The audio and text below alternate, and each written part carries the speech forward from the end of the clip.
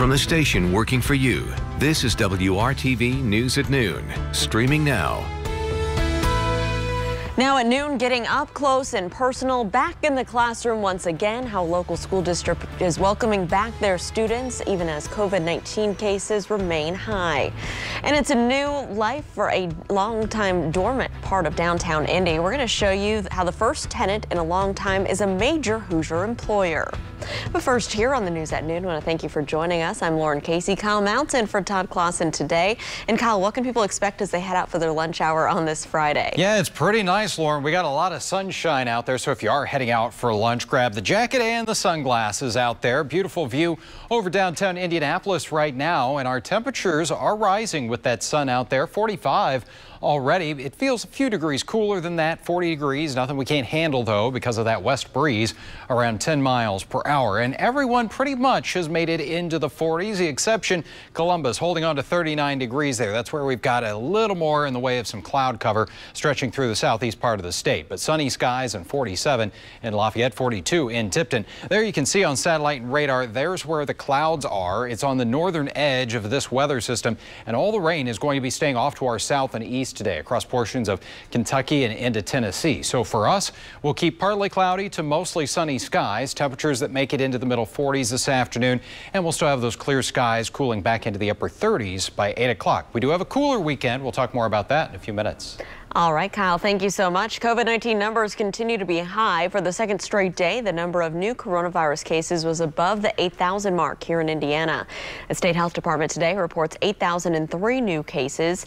84 more people have died with COVID-19 in the state. That brings the total number of deaths to more than 5,800. The number of people being treated for the coronavirus in hospitals is also falling slowly. The department says that hospitals reported 3,289 COVID-19 patients as of today. Students at Avon High School back inside their school building today. The school was among those that had gone all virtual learning 2 weeks ago after a high number of staff and student quarantines. The school reported to the state health department that 76 students have tested positive for COVID-19 since the start of the school year. While Avon High School is back in person learning, all schools here in Marion County will remain virtual until at least mid-January because of a mandate from the county's health department. Indianapolis Mayor Joe Hogsett and his wife are scheduled to be out of quarantine today. The Hogsetts went into isolation 2 weeks ago after coming into close contact with someone who later tested positive for the coronavirus. The mayor and Steph Hogsett did not show symptoms, and last week they announced they had both tested negative for COVID-19. However, they decided to continue to quarantine for the full 2 weeks following the guidelines set by the CDC. As the pandemic continues to weigh on the entire country, it appears the economy's rebound continues to slow down dramatically. Today, the Department of Labor released unemployment numbers for the month of November. The department shows that the economy added about 245,000 new jobs last month. That's only about half of what they had predicted by economists. Now, the national unemployment rate did fall to 6.7%, but the Labor Department says that was because 400,000 Americans stopped looking for work entirely. Here's some other stunning numbers. 3.7 million Americans have suffered permanent job loss and layoffs now. That's up from 1.3 million before the pandemic began. Almost 4 million additional people have now been unemployed for 6 months or more. Ball State University's top economist says that surveys for this new jobs report were also taken weeks ago before the most recent spike in COVID-19 cases. Michael Hicks says that means that the numbers will likely be worse as we move forward. He also says Congress needs to pass another stimulus bill because the extended unemployment benefits from the current CARES Act expires after Christmas. Hicks says, quote, "This will be the worst 1 month shock to personal income in state history and will come at what may well be the peak of the coronavirus outbreak," end quote. He also says that if relief isn't passed, recession activity could continue in Indiana for as long as 5 years. And progress is being made towards passing a scaled down coronavirus relief bill before Christmas. It comes as President-elect Joe Biden and other key Democrats have signaled their support for it. ABC's Andrew Dimbert says the incoming administration is also working on its own response to the pandemic. With COVID cases, hospitalizations, and deaths all reaching new records, dire warnings today, the worst is yet to come. Dr. Anthony Fauci telling NBC News the U.S. still hasn't seen a post-Thanksgiving peak in cases. The numbers in and of themselves are alarming, and then you realize that it is likely we'll see more of a surge as we get 2 to 3 weeks past the Thanksgiving holiday. The CDC now estimates up to 329,000 Americans could be dead from COVID-19 by the day after Christmas, marking an increase of more than 50,000 deaths from the current toll. Of the lives already lost, Leslie and Patricia McWaters, a couple married for 47 years who died within moments of each other in the hospital. Frontline workers exhausted and frustrated as hospitals are overwhelmed. There is a lot of nursing burnout that is happening. And physician. Yes. Yeah. Everyone is burnt out. In Massachusetts, a field hospital set to open amid an influx of COVID patients. In California, the state divided into 5 regions where if ICU capacity falls below 15%, it would trigger a stay-at-home order in that section of the state. That would close bars, wineries, nail and hair salons, and barber shops, while schools would stay open. If we don't act now, we'll continue to see a death rate climb. More lives lost. And as health officials plead with Americans to take precautions like wearing masks, washing hands, and social distancing to prevent more losses, 9 states are still resisting mask mandates. Among them, Florida, where confirmed cases have now topped 1 million. The good news here is progress on a vaccine. Pfizer says it's on target to deliver 20 million doses in the U.S. by the end of the year, as soon as the vaccine is approved by the FDA. Elizabeth Schulze, ABC News, New York. And new this midday, a major Hoosier company will be the first new tenant of the old General Motors stamping plant site here in Indianapolis. Elanco Animal Health says it will move its global headquarters from Greenfield to this 45-acre site on the southwest corner of downtown. The site has been vacant since GM closed the stamping plant back in 2011. Elanco spun off from Eli Lilly last year and makes products to treat diseases in farm animals and pets. Elanco says the move will help it retain more than 1,600 jobs and create up to 575 new jobs over the next decade. The company's headquarters will remain in Greenfield until the new site is complete in the next 2 to 3 years. Well, if you're looking for work and you know your way around a needle and thread, one Hoosier company says that they might be looking for you. Next, how they're hiring Hoosiers with the help of a major grant. Kyle. And a cold front's going to slide through central Indiana later today. That brings in some cooler temperatures for the weekend, but we also are tracking a warm-up on the way when we'll go from highs in the 30s back to 50 degrees. You're watching the news at noon on WRTV.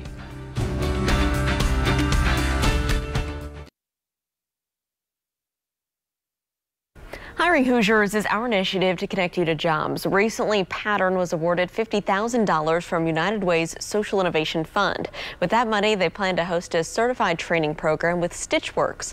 The training curriculum will fulfill a need for workers in the industrial sewing industry, which has proved to be vital in this pandemic.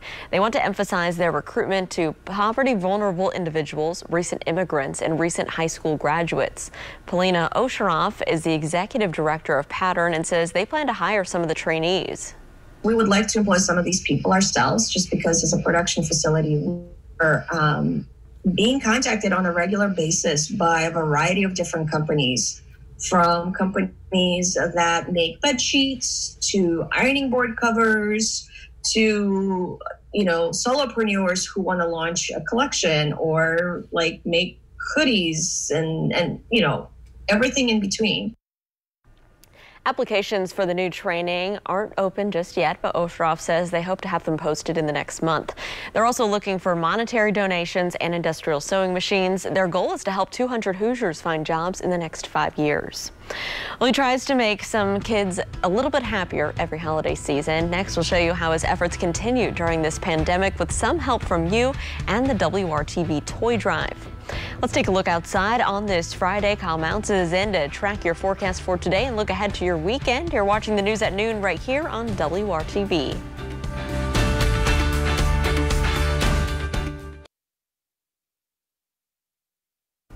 Donations made to the WRTV Toy Drive will go to kids all across central Indiana in need. We're teaming up with several organizations that help to make that happen, and that includes a well-known entrepreneur whose annual gift giveaway is going to look a little bit different this year. He tells us the event might even end with a checkered flag. Hi, this is Ann Paris, president of Ann Paris Foundation and Ann Paris Productions. My organization puts on an event called the Ann Paris and Friends Puts a Smile on a Child's Face for Christmas Toy Giveaway, where we adopt over 1,000 inner city kids. This year, I am proud to announce that we will be partnering up with the Indianapolis Motor Speedway to have our official toy giveaway right here at the track. When you talk about what has been going on in the year of 2020, the need has been much greater than any year that I've ever done this before. So to be able to still do this in these trying times, it's just a matter of giving family hope. And so we want to make sure that people still have a smile on their child's face, those parents that are struggling during these hard economic times. We just want to be here just to release a little stress off of their minds during the holiday. But to be able to still have organizations like WRTV 6, Indianapolis Motor Speedway, the Indiana Pacers, the Indianapolis Colts, and so many other organizations to say you still have to do this because it is a need.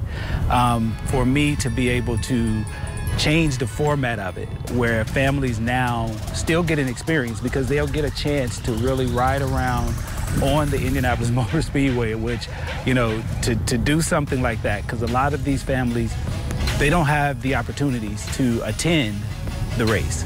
So this may be their first and maybe last time, or maybe their first in many a times that they'll come back because they'll be able to experience this. So to be able to do a drive-by at the Indianapolis Motor Speedway, it goes hand in hand. So I'm super excited. We will do it during the day, which is normally done in the evening time, but we'll be able to do it during the day, which will give the families an opportunity to truly experience the greatness of the Indianapolis Motor Speedway. Every child that comes through that line, it touches me in a special way that I don't know, if you have not gone through that, you would not understand it. And being someone who's gone through it and who has lived it, and now I'm in a position to be able to give back, that's why this event is so important. And again, during 2020, with so many people who've been hit hard by COVID-19, we all have to do our part to lift up hope and blessings to support and help others. It does a lot for those families that come through and see so many people smiling, so many people giving them love. You know, we got to do air hugs this year, but those count too. So to be able to bless somebody for as long as I have during the holidays, it's special for me and those that come alongside of me to make this event a success. I want to continue to thank one of my major sponsors, WRTV, and their continued support to make sure that children all over the state of Indiana are blessed with toys for this Christmas. All right, well, don't forget, tomorrow members of the WRTV team, including me and Kyle, we're going to be out collecting donations outside of the Fashion Mall, Castleton Square Mall, Hamilton Town Center, and Greenwood Park Mall. You can also drop off new unwrapped toys at U-Store locations across central Indiana. For more information, just visit WRTV.com/toy drive. And Kyle will be out at Greenwood Park Mall because we don't leave the South Side for much, but so hopefully people, Southsiders. I know, hopefully people can come down there and drop off some toys and say, you know, a little air hello. We're not going to get too close, of course. Right, yeah, we'll be right there by the fountain. That, right. Of course, will not be flowing water right now, but a little cold for that. But we've got some temperatures that are going to be warming up in the 7-day forecast. They're actually kind of taking off out there for us right now with that sunshine and a west breeze already in the middle 40s in Indy, Kokomo, and Muncie at 46. A little cooler in Shelbyville and Bloomington. Still locked into the 30s right now with a little more cloud cover. But as we go through the afternoon, we'll see those temperatures climb a few more degrees. About 47 for you in Frankfort. Muncie coming in at 48 degrees. And these are all numbers that are about 5 degrees above average for this time of year. 47 in Connorsville, Crawfordsville at 48. Same in Indy, and we'll be close to the 50-degree mark here around Bloomington and Columbus later on today. This evening, your forecast not looking too bad. Of course, our sun will set here at 5:20, and once that happens, with not a lot in the way of cloud cover, those temperatures do start to fall off a little bit, but only from 42 at 6 to 39 at 8 o'clock this evening. So again, it's not going to be too bad out there for you if you are going to be heading out, maybe checking out some of the light displays. Here's a look at TrueCast, and as we get into this evening, you notice an increase in the clouds. There's actually going to be a cold front that slides through the state, but there's not any moisture for it to work with. So we're not talking about any wet weather coming our way. All that is staying well off to the south and the southeast of us. In fact, we'll see partly cloudy skies again going into our Saturday here. A few more of those clouds as we head into the afternoon. Here's a look at the forecast. Again, we'll be out there at the malls from 10 to 5 tomorrow, and we've got temperatures mid-morning at 33 degrees. We'll get to 37 here at noon with a light north wind, and then partly cloudy skies, 41. So again, a little bit cooler as we go into the afternoon hours. 44 in Bloomington tomorrow, 40 in Noblesville, and Rushville coming in at 41 degrees. Equally on Sunday, we're going to keep the slightly cooler air in place here, but again, a dry day. I think maybe a little more in the way of some cloud cover on Sunday, but if you do have some errands to run this weekend, the weather's not going to slow you down. You're just certainly going to need that coat, but it is early December after all. As we check out the extended forecast for you here, we'll see that drop in temperatures from the upper 40s today, lower 40s tomorrow. We'll actually start off around 29 Saturday morning, middle 20s there Sunday morning. And that 7-day planning forecast, temperatures, they start to rebound a little bit here. As we get into Tuesday and Wednesday, they'll be back above average, and we're actually looking at a high temperature of 50 degrees on Thursday. All of that with dry weather, so no rain or snow over the next 7 days.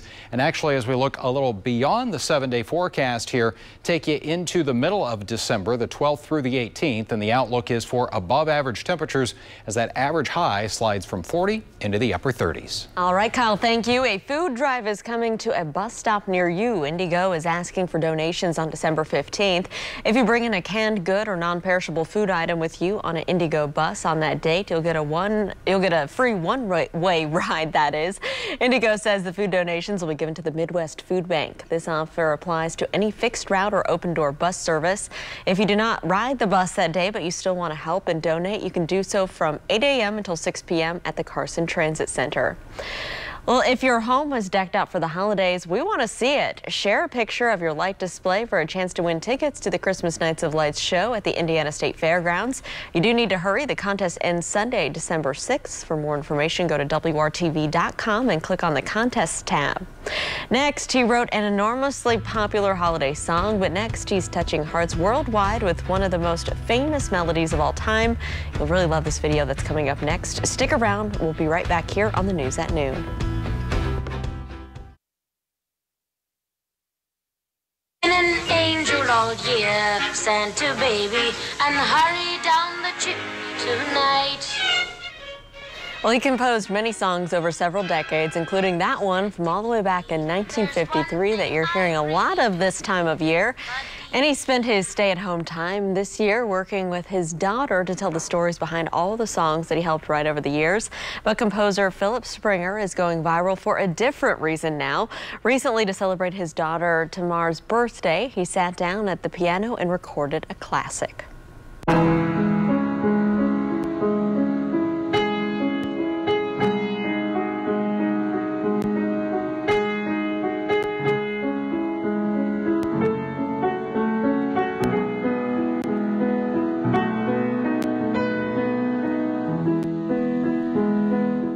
Wow, well, Philip Springer turned 94 this year. That video of his gorgeous rendition of Beethoven's Moonlight Sonata has been seen worldwide since his daughter shared it online.